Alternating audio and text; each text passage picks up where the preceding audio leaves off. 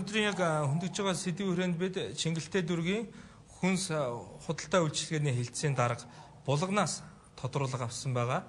Энэ ярилцлагыг та бүхэнд одоо хүргье.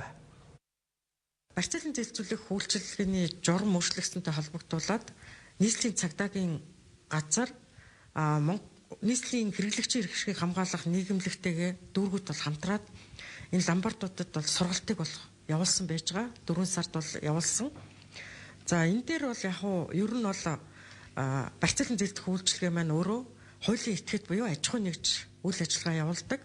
За сүүлийн жилүүдэд эдийн засаг хямарсан гэж одоо манайхан ярьж байгаатай холбоотой ч юм уу барьцаалын зээлзүүлэх үйлчилгээ бол нэлийн одоо тоо нь бол өсөж байгаа.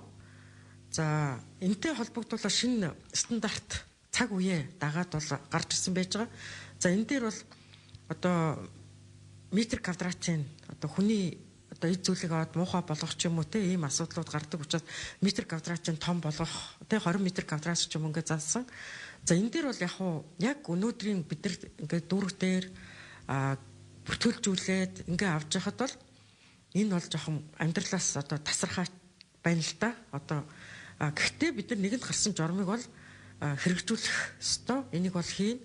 За захим одоо энэ нь ямар учиртай энэ ломбардуудад дээр бас энэ орж ийнэг бол манай дүүргийн хувьд бол 2015 оноос эхлээд цагдаагийнхаа хэлтсүүдтэй хамтраад бүх аж ахуйн нэгжүүдээ одоо цагдаагийн хэлтсээрээ дамжуулан байх ёстой стандартын шаардлага тавьсан камертай байх ёстой гэдгийг цагдаагийнхаа нараа бол баталгаажуулж авч ирсэн. За ялангуяа шинээр нэгдэж байгаа энэ ломбардууд дээр бол манай мэрэгчлэн хэдийн өөрөө олон салбар хариуцаж явж байгаа ч гэсэн яг энийг бол өөрөө очиж үздэг. Яг энэ байршил дээр байна уу? Ер нь стандартад одоо шинжлэгдсэн стандартын дагуу байна уу гэд үздэг. За яг түрүүн би бас дурдсан. Амьдрал дээр очиход бол одоо 20 метр квадрат талбайтай ломбардууд бол ер нь хэцөөхөн баг.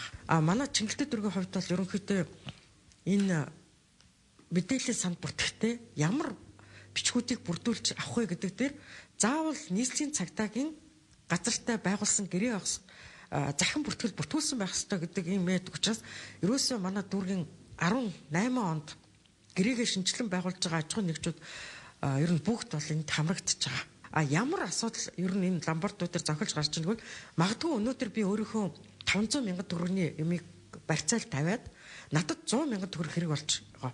Тэр үед нь 100 мянга тавиад автал одоо хугацаанд ирээгүй гэдгээр ерөнхийдөө 100-аар худалдаалчаад тэр хүнд одоо 100 мянга өгөх иймэрхүү ганц нэг зөрчлөл гарч ирснээс яг одоо алга болчих одоо ийм одоогор бол манай дүүрэг дээр бол гараагүй баг. За энэ дээр бол ерөнхийдөө яг хууль зүйн талаас ч гэсэн тийм ээ.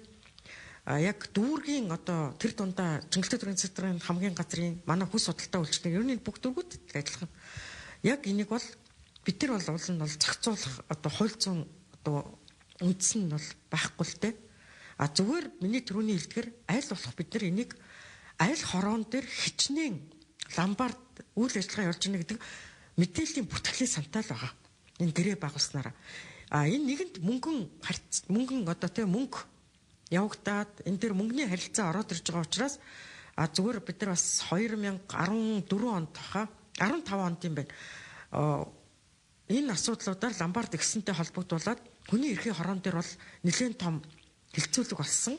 Энэ дээр гарч байгаа улсуудын одоо хуулийн одоо мэрэгчлэлтэй улсууд энтрийн өгж байгаа саналаар бол санхүүгийн зохицуулах хороо яг энийг одоо авч хэрэгжүүлэл зүйтэй юм а гэсэн бол санал гаргаж ирсэн. Ер нь ч бас валют арилжаа мөн хадгалан зээлийн хоршоотой адилхан одоо энийг бол гэх нь бол зүйтэй болов гэж бодож байгаа. Яг гэвэл бид нар эндээс түрүүний таны асуусан асуултын дагуу хяналт авахд бол ямар ч боломжгүй байдаг учраас.